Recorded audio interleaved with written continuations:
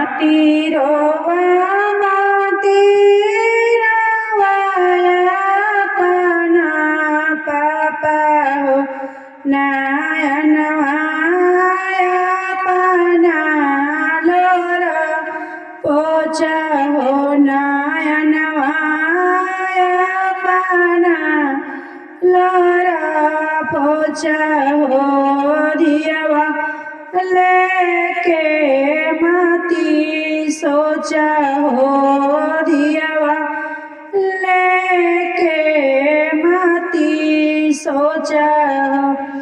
भैया से जादे पड़ा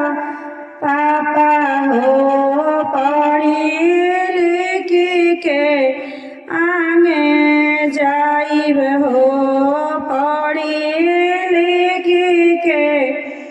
आगे जाइब हो दुई गगुला पापा राख हम हो कतना पर मनवा दे हो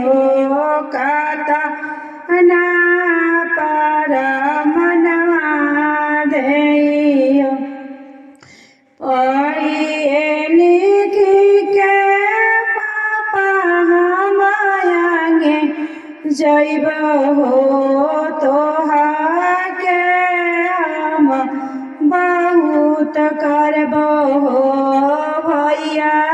से अधिक करब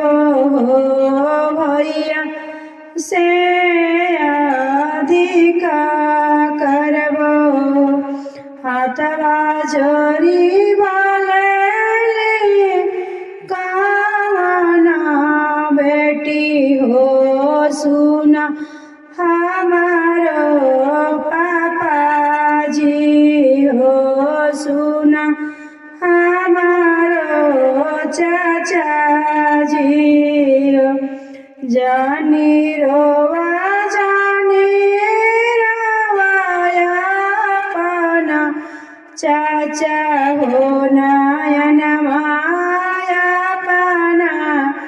लोरा पोचा हो दियवा लेके माटी सोचा हो दियवा लेके माटी सोचा माती रोवाया पना भैया हो बहनिया